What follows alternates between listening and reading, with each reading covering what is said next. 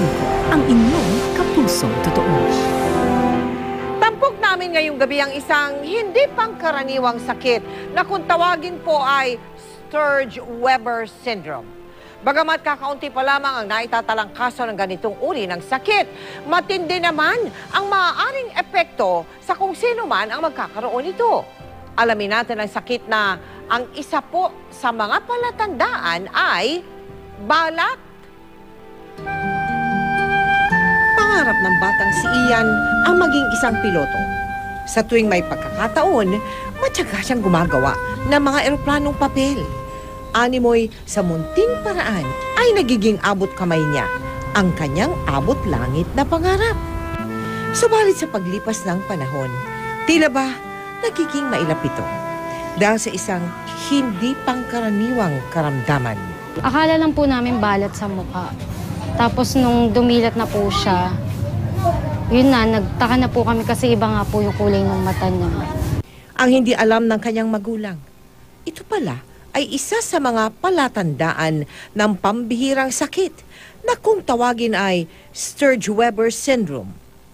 Walang kinalaman ng genes or heredity. It can happen to anybody. Pigmentation of the skin, the seizure disorder, and then yung glaucoma and yung learning problem. Ang kita naman ng ama ni Ian sa pagluluto. Pinagkakasya sa 4 na anak, kaya hindi sumasapat sa pagpapagamot ni Ian. Si Ian naman napapadalas ang pagliban sa klase. Nangipon ko po sumasakit. Kaya tinitiis ko na lang po kumain. Dahil sa kanyang kondisyon, pinasuri natin siya sa iba't ibang espesyalista. At dahil doon sa glaucoma niya, nabulag itong kaliwang mata. Kanang mata, dapat ay inaalagaan. Napakaswerte ng anak mo na despite the fact na meron siya nitong tinatawag nating kondisyon niya, ay hindi siya kinukumbulsyon. Dental rehab. Ibig sabihin ng dental rehabilitation is yung mga nabubulok na ipin, dapat tanggalin ito. Batid ni Ian na kung siya ay mapapagamot at matutulungan, ang kanyang mga pangarap ay mabibigyang katuparan. Sana po pagamot na po ang ngipin ko. Hindi na po ako nakapasok.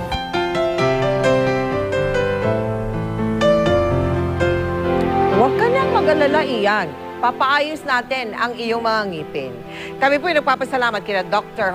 Jocelyn Eusebio, Dr. Lawrence Tino at Dr. Augusto Igliane na sumuri kay Ian.